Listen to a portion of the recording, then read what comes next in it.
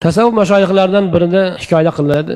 Shogird bir maqomga yetgan paytda, ilm o'qib, tarbiya qildi, bir maqomga yetgan paytda yaqin xalfalardan biriga aytar ekanki, ana uni borib boshiga bir shapaloq urdi, ketiga bir tep derkan.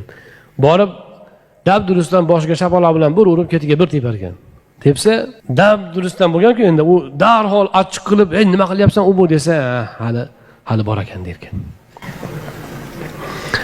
Keyin yana ta'lim, tadris, zikr, tarbiyani davom ettirar ekan. Oradan vaqt o'tib, ikkinchi bir shogirdga aytar ekanki, ana uni boshiga bir solib, ketiga bir tepkinchi derkan.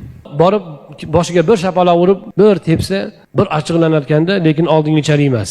Sal o'zini bosib, ushlab yo'lda davom etar ekan. Yoki u bu deb bir ikki og'iz e'tiroz bildirar ekan. Shunaqa bo'lib, xullas 4-5-ga borgan paytda boshiga bir urib, ketiga bir tepsa parvo ham qilmas ekanda.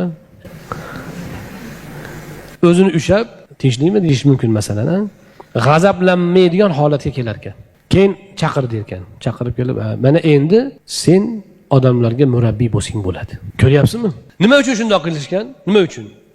Mana shu bundoq qilib tarbiya qilib, nafsini yerga, turpoqqa bulab, nafsini yo'qqa chiqarib, uni sof bir holatga olib kelgandan keyin endi sen odamlarni tarbiya qilsang bo'ladi.